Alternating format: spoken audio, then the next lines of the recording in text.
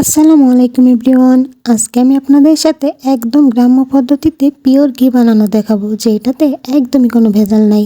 এই যে সরটুকু দেখতে পাচ্ছেন, এটা 1 মাস ধরে জমানো হয়েছিল। তো এর মাঝখান থেকে কিছুটা সর নিয়ে নেওয়া হয়েছে একটা মাটির হাঁড়িতে, আর কিছুটা রেখে দেওয়া হয়েছে, এটা পরে লাগবে।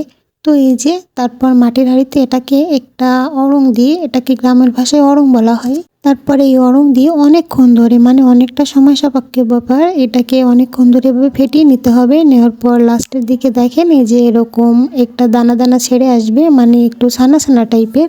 আর এটা থেকে একটু একটু পানিও আসবে, এরকম একটা ব্যাপার থাকবে। তারপর যখন এরকম হয়ে আসবে, তখন আগের রাতে ফ্রিজে 1 বোতল পানি রেখে দেওয়া ছিল, ওই পানি এখন লাগবে। তারপর একটা বাটির মধ্যে এই যে সরগুলো নিয়ে এর মধ্যে ঠান্ডা পানি দিলেই মাখনগুলো উপরে ভেসে উঠবে।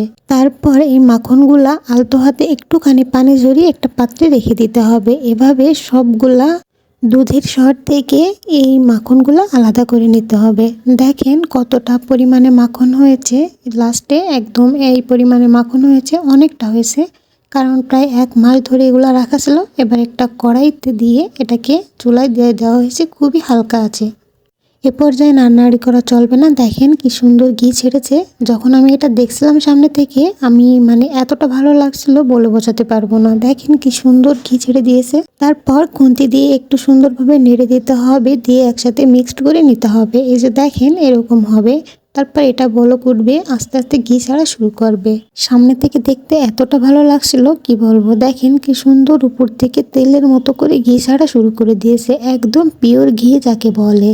এই যে দেখেন কত সুন্দর করে ঘি ছাড়তে শুরু করেছে, যাতে তলা থেকে লেগে না যায়, এজন্য মাঝে মাঝে একটু তলার দিকে একটু নেড়ে দিতে হবে। তাছাড়া এমনিতে খুব বেশি নাড়ার প্রয়োজন নাই, এটাকে নিজের মতো করে হতে দিলেই ভালো। এই যে দেখেন কি সুন্দর ঘি ছাড়ছে। এই যে এটাকে কি বলে আমি জানি না, কাক না কি একটা বলছিল। দুধের সরের যে সাদা সাদা অংশটা দেখা যাচ্ছে তলে, ওইটা কিন্তু যখন ঘি পুরোপুরি হয়ে আসবে, তখন কিন্তু ওইটা লালচে কালার হয়ে আসবে। দেখেন কত সুন্দর উপর থেকে ঘি হচ্ছে, আর ওইটা লালচে বর্ণ ধারণ করা শুরু করে দিয়েছে। যখন একদম লালচে হয়ে যাবে আর উপরে ঘিগুলো পুরোপুরি ভেসে উঠবে, তখন হয়ে যাবে। এই যে দেখেন এই পর্যায়ে হয়ে এসেছে। এবার চুলাটা বন্ধ করে দিয়ে এটাকে রেখে দিতে হবে। তারপর বেশ কিছুক্ষণ পর বয়ামে রেখে দেওয়া হচ্ছে। এই বয়ামে সেমভাবে আগেও ঘি রাখা হয়েছিল, তো সে কারণে সেইটাতেই রাখা হচ্ছে।